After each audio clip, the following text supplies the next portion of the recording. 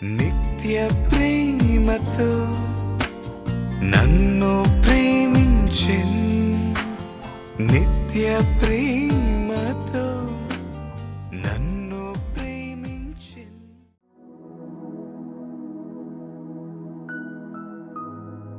మహిమగలిగిన మా కన్న తండ్రి, శాశ్వత ప్రేమ అను ఈ కార్యక్రమం ద్వారా మరి ఒక పర్యాయము మీ పిల్లలతో కలిసి లేఖనములను ధ్యానించగలిగే భాగ్యాన్ని ఇస్తున్న గొప్ప దేవ, ఈరోజు కూడా నీ ఆత్మ సహాయముతో మమ్మల్ని ముందుకు నడిపించండి. విశ్లేషించడానికి సిద్ధపడుతున్న నాకు, వింటున్న నాయన మీ పిల్లలందరికీ నీ ఆత్మ సహాయాన్ని అనుగ్రహించమని కోరుతూ క్రీస్తు నామం నీ ప్రార్థన అడిగి వేడుకొనుచున్నాము తండ్రి, ఆమేన్.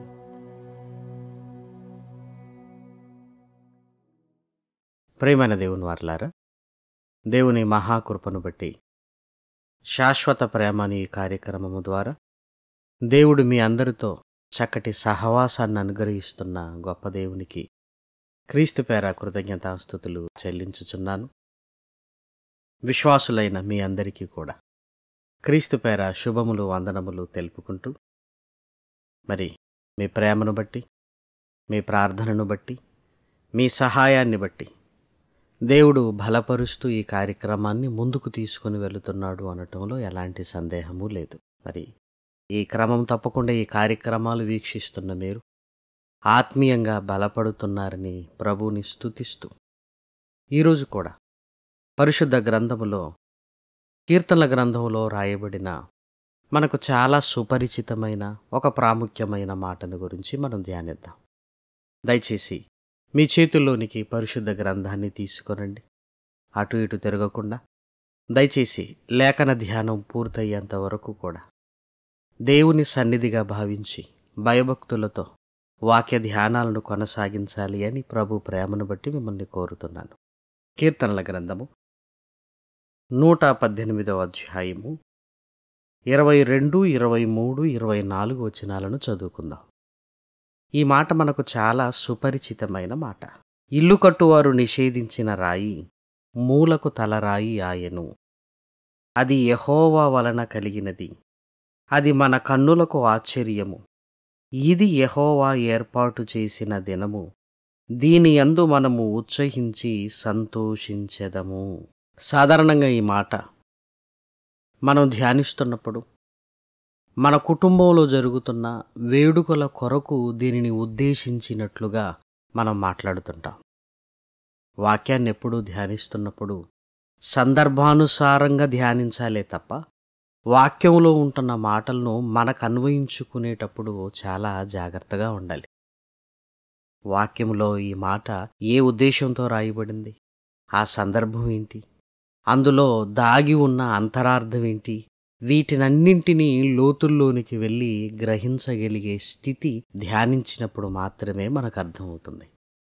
ఇక్కడ 24వ వచనాన్ని చాలా జాగ్రత్తగా గమనించినట్లయితే, ఇది యెహోవా ఏర్పాటు చేసిన దినము, దీని యందు మనము ఉత్సహించి సంతోషించెదము అంటున్నాడు.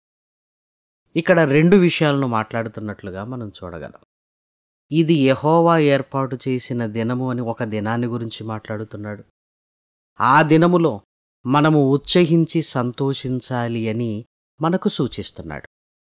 ఇంతకీ ఏది యెహోవా ఏర్పాటు చేసిన దినం? ఇది యెహోవా ఏర్పాటు చేసిన దినము అని ఒక దినాన్ని చూపెడుతున్నట్లుగానే అక్కడ వ్రాయబడింది.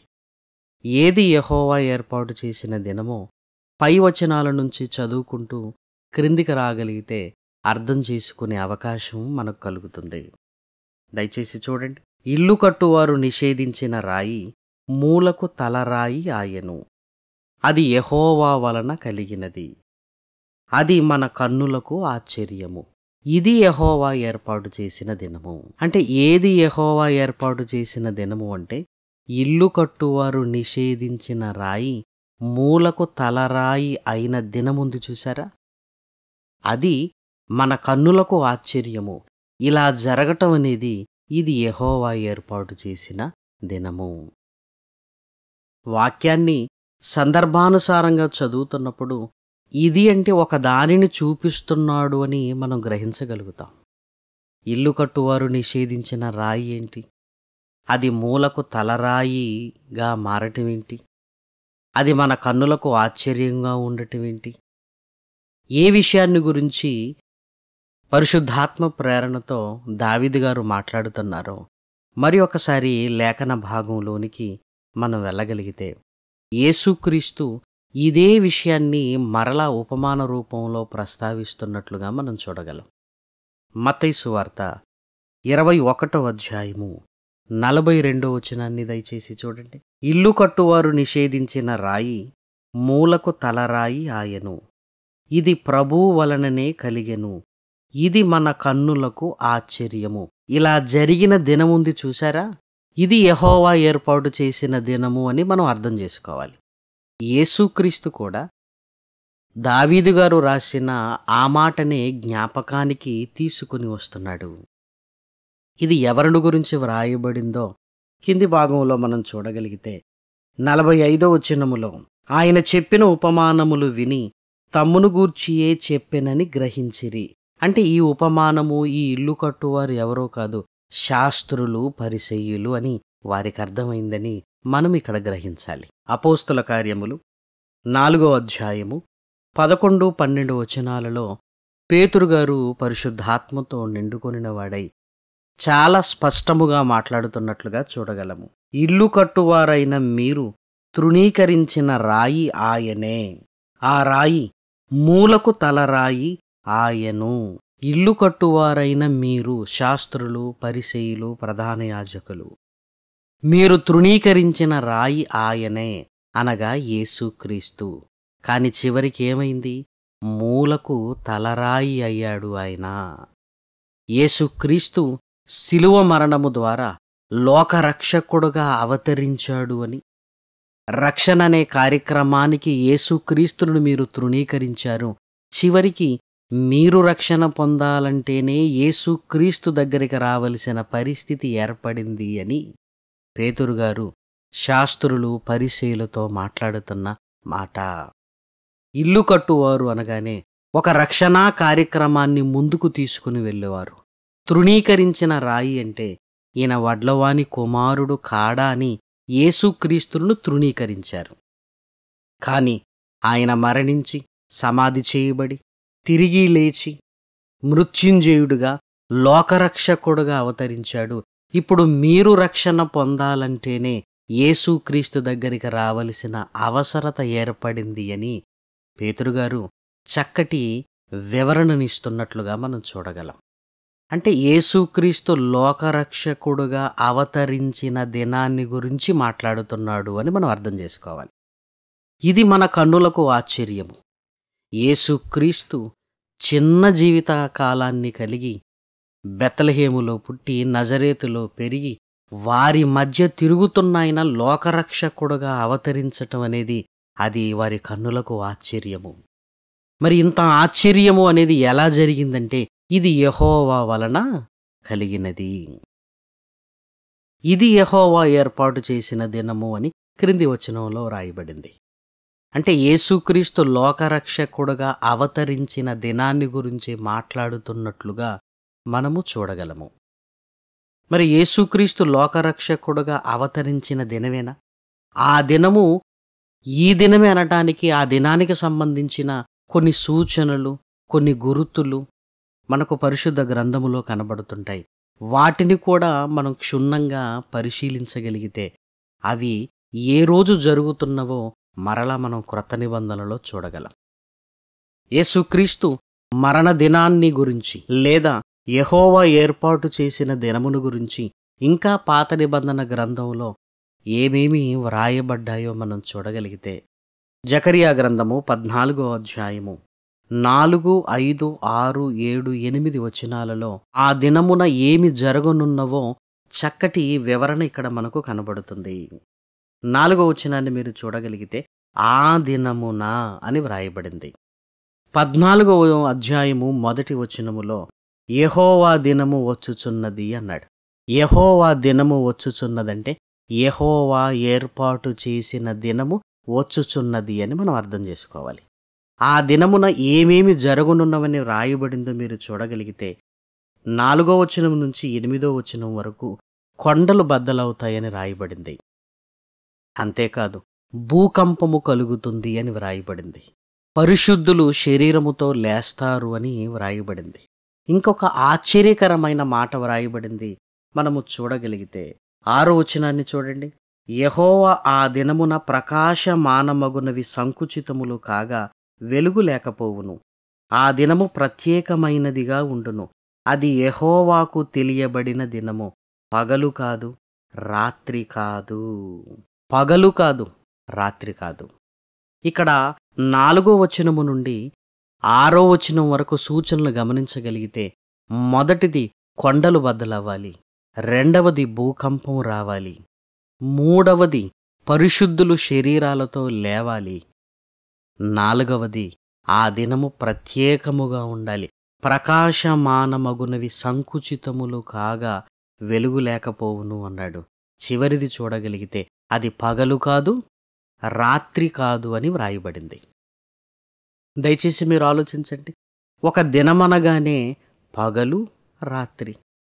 కానీ యెహోవా ఏర్పాటు చేసిన దినము, ఇల్లు కట్టువారు తృణీకరించిన రాయి మూలకు తలరాయి అయిన దినము, అది పగలు కాదు, రాత్రి కాదు అని వ్రాయబడింది. పగలు కానిది, రాత్రి కానిది ఏముంటుంది ప్రియమైన దేవుని పిల్లలారా?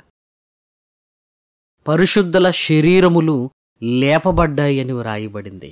ఉజ్జయా దినములలో కలిగిన భూకంపమునకు మీరు పారిపోయినట్లు మీరు పారిపోవుదురు అని రాయబడింది. ఇవన్నీ ఏ దినమున జరుగుతున్నవో అవి యెహోవా ఏర్పాటు చేసిన దినము. అది యెహోవా ఏర్పాటు చేసిన దినముగా మనము గుర్తించాలి. సాధారణంగా ఇది యెహోవా ఏర్పాటు చేసిన దినము అని మనము ఒక దినానికి ఈ వాక్యాన్ని వాడుకుంటున్నాం. కానీ ఇవన్నీ జరిగాయంటారా? ఆ రోజు కొండలు బద్దలయ్యాయా? భూకంపం ఏమైనా వచ్చిందా? ఆ రోజు పరిశుద్ధులు శరీరముతో ఏమైనా లేచారా? ప్రకాశమానమగునవి సంకుచితములయ్యాయా? ప్రకాశమానమగునవి అంటే సూర్య చంద్రులు, వెలుగునిచ్చేటివి ఆ రోజు సంకుచితములుగా మారిపోయాయంటే వెలుగుని ఇవ్వలేని స్థితిలోనికి వెళ్ళిపోయాయి. ఆ దినము పగలు కాదు, రాత్రి కాదా చెప్పండి? పరిశుద్ధ గ్రంథంలో వ్రాయబడిన ఒక దినాన్ని గురించి వ్రాయబడినది మనకు అనుకూలంగా ఉంటున్న ఆ దినాలకు మనం వాడుకుంటున్నాం. కానీ నిజంగా ఆ దినమేది అని ఆలోచించగలిగితే దేవుడు మర్మమయున్న సంగతులను మన కళ్ళ ముందుకు తీసుకొని వస్తాడు. ప్రియమైన వారలారా, వాక్యాన్ని మనం అనుకున్నట్టుగా అర్థం చేసుకోవటం కంటే దేవుడు ఎందుకు రాయించాడు అన్న ఉద్దేశంతో బైబిల్ను ధ్యానించటం అనేది చాలా అవసరము. అలా బైబిల్ను ధ్యానించినప్పుడు అనేక సంగతులు మనకు బోధపడతాయి. కాబట్టి ఈ దినమున జరగవలసినవన్నీ ఏ దినమున జరిగినవో మరలా క్రొత్త నిబంధన గ్రంథములోనికి వెళ్ళి మనం గమనించగలిగితే, మత్తయి గారు రాసిన సువార్త 27వ అధ్యాయము 50వ వచనము నుంచి దయచేసి చూడండి. యేసు మరలా బిగ్గరగా కేకవేసి ప్రాణము విడిచెను. అప్పుడు దేవాలయపు తెర పైనుండి క్రింది వరకు రెండుగా చినిగెను. భూమి వణికెను, బండలు బద్దలాయెను, సమాధులు తెరవబడెను. నిద్రించిన అనేక మంది పరిశుద్ధుల శరీరములు లేచెను. వారు సమాధులలో నుండి బయటికి వచ్చి ఆయన లేచిన తర్వాత పరిశుద్ధ పట్టణములో ప్రవేశించి అనేకులకు అగపడిరి. జకరియా గ్రంథంలో మనం ధ్యానించినవి ఇక్కడ జరుగుతున్నట్లుగా మనం చూడగలుగుతున్నాం. బండలు బద్దలయ్యాయి, భూకంపం వచ్చింది, పరిశుద్ధులు తమ శరీరాలతో లేచి పట్టణములోనికి ప్రవేశించి అనేకులకు అగపడినట్లుగా మనకు కనబడుతుంది. మరి ఆ దినమున ప్రకాశమానమైనవి సంకుచితములవ్వాలని కూడా వ్రాయబడింది కదా. అది కూడా జరుగుతున్నట్లుగా ఉంది. చూడండి 45వ వచనము. మధ్యాహ్నము మొదలుకొని 3 గంటల వరకు ఆ దేశమంతటను చీకటి కమ్మెను. మధ్యాహ్నము మొదలుకొని, మధ్యాహ్నం ఎలా ఉండాలి? పగలు. ప్రకాశిస్తున్న సూర్యుడు వేడిమితో నిండిపోవాలి. కానీ మధ్యాహ్నము మొదలుకొని 3 గంటల వరకు ఆ దేశమందంతటను చీకటి కమ్మెను. అనగా ప్రకాశమానమైనవి సంకుచితములు కాగా వెలుగు లేకపోవును. మరి ఆ దినము పగలు కాదు, రాత్రి కాదు అన్నారు కదా. మరి పగలు కాదు, రాత్రి కానిది ఏమైనా ఉంటుందని ఒకవేళ మీరు ఆలోచించగలిగితే 45వ వచనములోనే మధ్యాహ్నము మొదలుకొని 3 గంటల వరకు ఆ దేశమంతటను చీకటి కమ్మెను. సమయాన్ని బట్టి చూస్తే అది పగలు, కానీ చీకటిని బట్టి చూస్తే అది రాత్రి. సమయాన్ని బట్టి పగలు అని ఒకవేళ మనం నిర్ధారించుకుంటే పగలు ఎలా ఉండాలి? సూర్యకిరణాలతో స్పష్టముగా ఎదుటి వస్తువు కనిపించేటట్లుగా ఉండాలి పగలు. కానీ చీకటి కమ్మింది. చీకటి కమ్మింది కదా అని ఒకవేళ రాత్రి అనుకుంటే మరి సమయాన్ని బట్టి చూడండి, పగలు. సమయాన్ని బట్టి చూస్తే పగలుగా కనపడుతుంది, చీకటిని బట్టి చూస్తే రాత్రిగా కనపడుతుంది. కాబట్టి ఇది పగలు కాదు, రాత్రి కాదు, మరేంటి అంటే ప్రత్యేకమైనది. పగలు కాదు, రాత్రి కాదు. యెహోవా దినము వచ్చుచున్నది అని జకర్యా గ్రంథములో వ్రాయబడిన మాటలన్నీ ఏ దినమున నెరవేరుచున్నవని మనం గ్రహించగలుగుతున్నాము? యేసు క్రీస్తు మరణ దినమున నెరవేరుచున్నవని మనము గ్రహించగలుగుతున్నాం. అనగా యెహోవా ఏర్పాటు చేసిన దినము ఏదనుకుంటున్నారు? యేసు క్రీస్తు యొక్క మరణ దినాన్ని యెహోవా ఏర్పాటు చేశాడు. పరిశుద్ధ గ్రంథములో యెహోవా దినము అని వ్రాయబడింది ఈ దినమును గురించే ప్రియమైన దేవుని పిల్లలారా. రెండవ రాకడను గురించి వ్రాయబడింది ప్రభు దినం ఇప్పుడే వచ్చి ఉన్నదని. ప్రభు దినము అన్నాడు. యెహోవా దినము అంటే యేసుక్రీస్తు మరణ దినము. ప్రభువు దినము అంటే కొత్త నిబంధనలో ప్రభువు దినము అంటే యేసుక్రీస్తు రెండవ రాకడను గురించి వ్రాయబడింది. కాబట్టి మనం పరిశుద్ధ గ్రంథాన్ని చదువుతున్నప్పుడు ఇవన్నీ మనం గమనించాలి. ఇల్లు కట్టిన రాయి మూలకు తలరాయి ఎప్పుడైంది? యేసుక్రీస్తును చంపాలి అని శాస్త్రులు పరిసయ్యులు కుట్ర పన్నారు. ఆయన చనిపోతే ఇక మాకు అడ్డు లేదు అనుకున్నారు. కానీ అనూహ్యంగా యేసుక్రీస్తు మరణాన్ని గెలిచి తిరిగి లేచాడు. ఇల్లు కట్టువారు నిషేధించిన రాయి మూలకు తలరాయి అయ్యాడు. తిరిగి లేచిన ఆయన లోకరక్షకుడుగా అవతరించాడు. ఆ శిలువ మరణమే ఈరోజు ప్రపంచ మానవాళికి విమోచన దినముగా మారిపోయింది. విమోచన దినముగా యేసుక్రీస్తు శిలువలో కార్చిన రక్తమే ఈరోజు మన పాపానికి ప్రక్షాళనగా మన జీవితములోనికి పవిత్రతను తీసుకొని వచ్చింది ప్రియమైన వారలారా. కాబట్టి యేసుక్రీస్తు లోకరక్షకుడుగా అవతరించిన దినము ఆయన మరణ దినము. ఇది మన కన్నులకు ఆశ్చర్యము. యేసుక్రీస్తు పరలోకము నుంచి ఈ భూమి మీదికి మానవ ఆకారములో వచ్చి ఒక చిన్న కుటుంబములో ఆయన పెరిగి పెద్దవాడై లోకరక్షకుడుగా అవతరించాడన్న సంగతి ఇది అందరి కన్నులకు ఆశ్చర్యము. ఇంత ఆశ్చర్యము ఎలా సంభవించిందంటే ఇది యెహోవా వలన కలిగినది. యేసుక్రీస్తును చూసి చదువుకుని ఇతనికి పాండిత్యం ఎలా అని ఆశ్చర్యపోయారు. ఆయన మరణాన్ని గెలిచినప్పుడు శాస్త్రులు పరిసయ్యుల ఆశ్చర్యము అంతా ఇంత కాదు. మరి ఇంత ఆశ్చర్యము ఎలా జరిగింది అంటే ఇది యెహోవా వలన కలిగినది. ఇది యెహోవా ఏర్పాటు చేసిన దినము. చూసారా? లేఖనాలను చక్కగా ధ్యానించుకుంటూ మనం ముందుకు వెళ్ళగలిగితే ఎంత చక్కటి వివరణ మనకు కనపడుతుంది. ఇంకను పరిశుద్ధ గ్రంథములో యెహోవా దినము వచ్చుచున్నది, ఆ దినములో ఇవి జరుగుతవి అని చాలా సందర్భాలలో వ్రాయబడింది. ఆ జరుగుతున్నవని వ్రాయబడినవన్నీ యేసుక్రీస్తు మరణ దినమున నెరవేరినట్లుగా పరిశుద్ధ గ్రంథములో మనము చూడగలం ప్రియమైన వారలారా.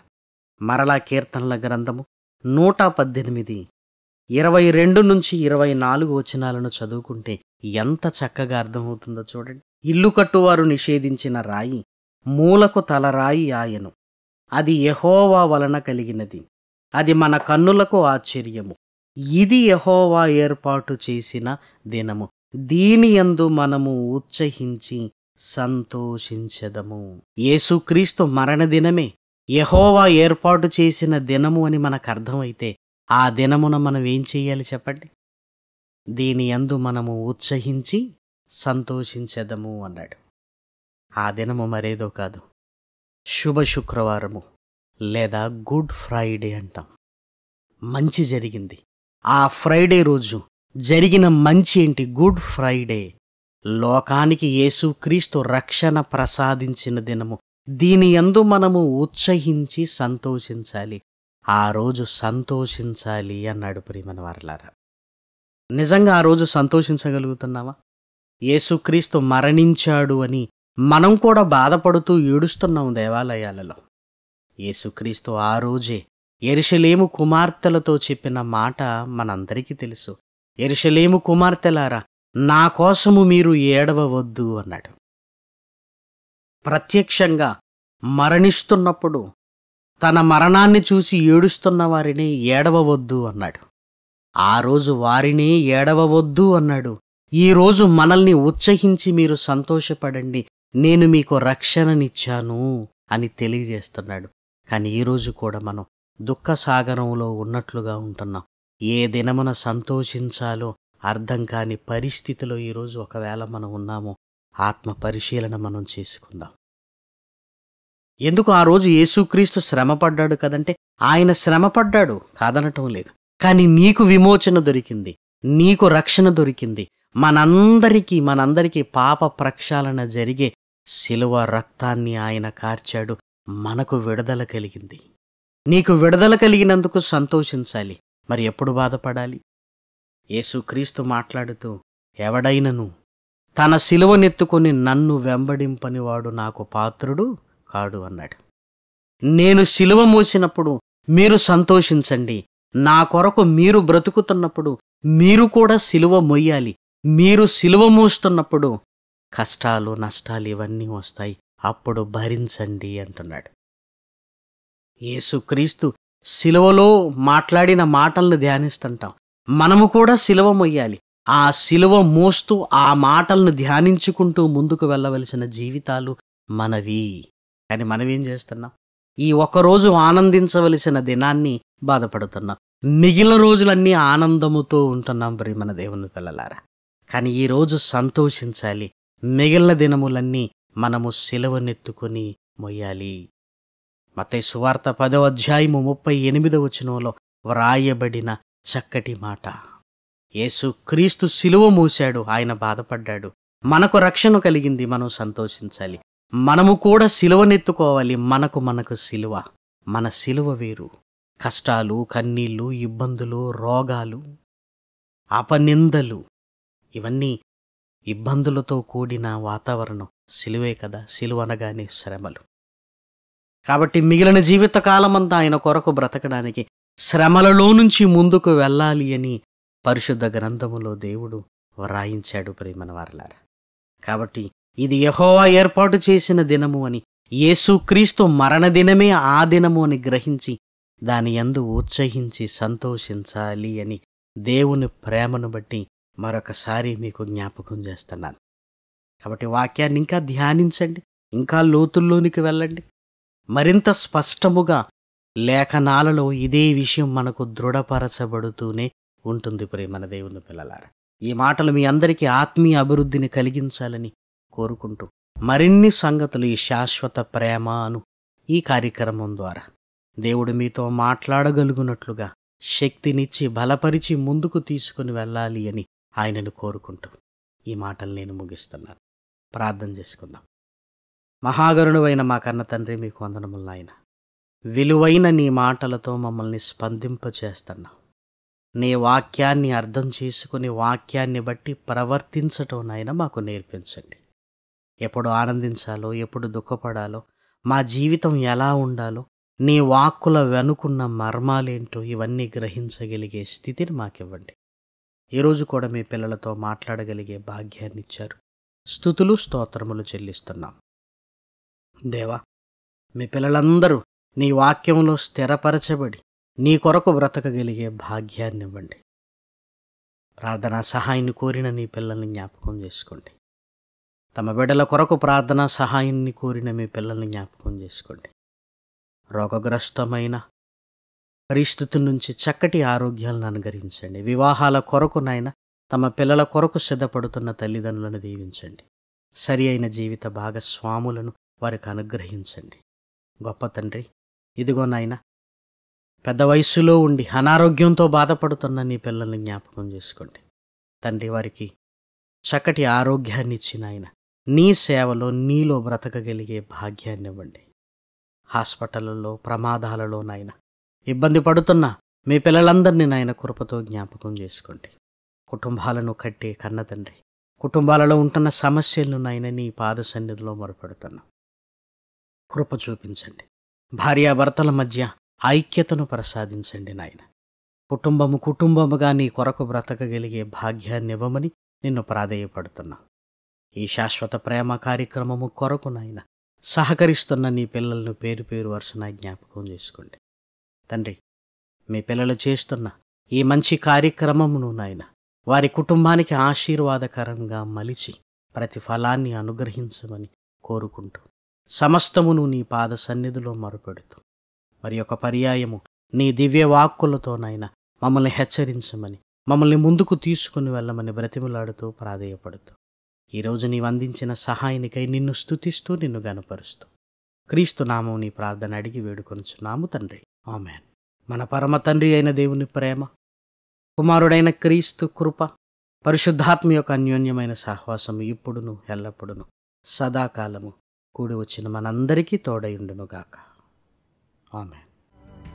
స్వార్థం లేనిది ప్రేమ, అన్నీ ఓర్చును ప్రేమ, గంగం లేనిది ప్రేమ, అపకారమునే మరచును ప్రేమ, ఉప్పొంగని గుణమే ప్రేమ, కోపం నిలుపదు ప్రేమ, అన్నీ తాడును ప్రేమ, మత్సరమే పడనిది ప్రేమ, దయనే చూపును ప్రేమ, గరికే చేచును ప్రేమ, సహనం చూపును ప్రేమ, వివీక్షణతో నిలుచును ప్రేమ.